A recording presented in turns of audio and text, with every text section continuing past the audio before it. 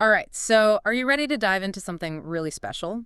Today we're going to be talking about The House of the Spirits. Oh, I love this one. Right. It's by Isabel Allende, and it's seriously incredible. For anyone who hasn't read it yet, it's her debut novel, which is kind of hard to believe. It's just one of those books that really sticks with you. Absolutely. And it's got everything you could want: family drama, political intrigue, a touch of magical realism. It's a really captivating blend. It really is. What makes it so fascinating is the way Allende takes these huge historical events, Huh. political upheavals, and weaves them into the lives of this family. Yeah. And it's across generations, so you see how everything is connected. Yeah, you really get that sense of history repeating itself. Exactly. And the Wikipedia article on this one's a great place to start. So Definitely. we're going to be using that to help unpack some of the details. But don't worry, we're not going to bore you with the dry stuff. No way. We're here for the juicy bits. Right. The stuff that makes this book so amazing. Okay, so let's set the scene. The story centers around this family, the Del Valles. And right away, we meet Clara, this fascinating character. Yes, Clara. I love her. She can see the future. Can you imagine? She has these visions, and some of them are, well, pretty tragic. Yeah, she actually foresees a tragedy that ends up shaping the entire course of the story. Which really makes you think about fate and free will. Right. Like, how much control do we really have over our lives? And those themes are so central to the book. So this tragedy that Clara predicts it happens to her sister Rosa, who is known for being incredibly beautiful. And this loss, it deeply affects Esteban Truba, who is going to marry Rosa. Talk about a complex character. Oh, Esteban is fascinating. He goes on to build this fortune. He Right. becomes very powerful. But there's this darkness to him, Yes. There's always this sense that his ambition comes at a cost. which makes you really question his motivations. Exactly. And then there's Clara with her visions, and she can actually move objects with her mind. She's such a strong presence. She's a force to be reckoned with. Right. And she's right there beside Esteban as he navigates this world. But it's important to remember this isn't just a family drama. Oh, no, not at all. The setting plays a huge role in the story, too. It's almost like another character. Exactly. You've got this unnamed South American country. But it clearly draws on Chilean history, right? Yes. You can feel the echoes of real-world events, especially during a certain period of social and political unrest. Which gives the story so much depth. It really makes you think about how history isn't just something that happens in the past. It's something these characters live and breathe. It shapes their every decision. And speaking of characters, we should talk about a few more. Oh, yes, there are so many good ones. Let's start with Clara, since we've already been talking about her. She's not just a wife or a woman with special abilities. She's a force of nature. Yes, that's a great way to put it. She has to deal with so much, people fearing her, misunderstanding her. And yet she's the one holding her family together. Always. She's such a central figure. And the people she surrounds herself with, her psychic sisters, a poet who's deeply connected to the soul of the country. It really blurs the lines between reality and fantasy. It makes you wonder, what if magic was just a normal part of life, right? Right. What would that even look like? And then there's Esteban, like we were saying before. He's ambitious. But he's not all bad. No. He's capable of love too, especially later in the story when it comes to his granddaughter Alba. Oh, their relationship is just precious.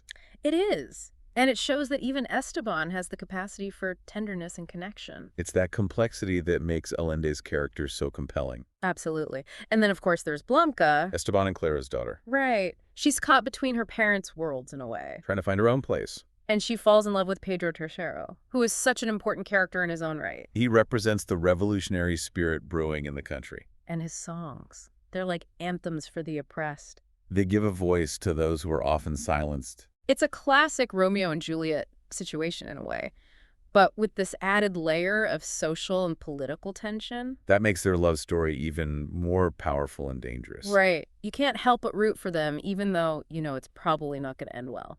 It's definitely a story that will keep you on the edge of your seat. So for anyone listening who hasn't read the book yet, what are some of the big themes that Allende is exploring here? Oh, there's so many. I know, right?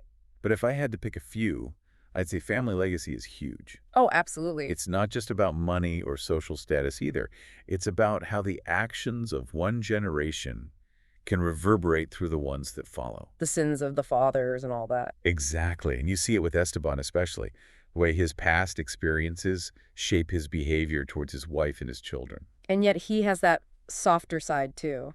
Yeah, like with his granddaughter. that's so important, though, Yeah. right? It shows that people can change, even someone like Esteban. That even they're capable of love and redemption. Yes. And then, of course, there's the theme of social justice. Which is impossible to ignore in this book.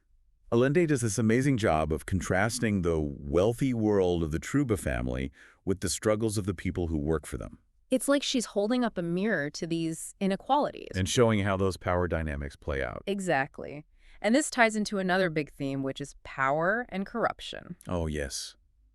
We see Esteban go from these humble beginnings to becoming incredibly powerful, And it's like the more power he gets, the more corrupt he becomes.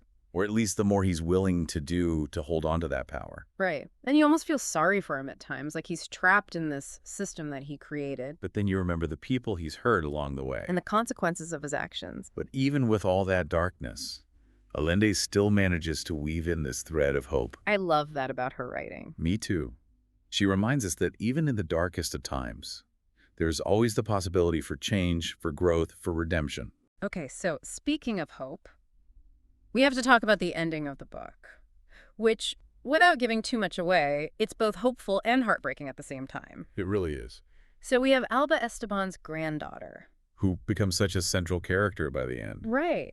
And she's carrying the weight of her family's history on her shoulders, all the pain. And the hope, too? Yes. And the way Allende leaves her future open-ended, it's such a powerful choice. I know, especially with her being pregnant, but unsure of the father's identity. It's such a powerful image to end on, It really is. You have Alba standing at this crossroads. representing both the end of an era and the potential for a new beginning. Right. But there's also this ambiguity to it. Definitely. Like, what does it mean for her to embrace this uncertain future? Is it a sign of resilience? A refusal to let the past define her? I think so. But there's also a part of me that wonders if there's a touch of resignation there, too. Yeah, I see that. It's such a complex ending. And that's what makes it so brilliant.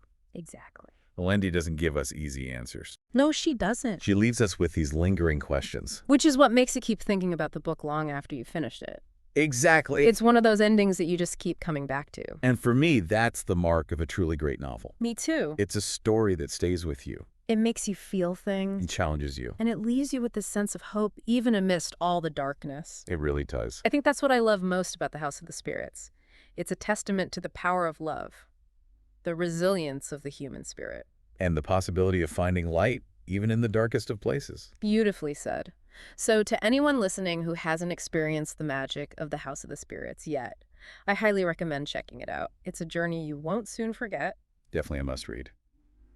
All right, that's it for our deep dive into the House of the Spirits. Thanks for listening, everyone.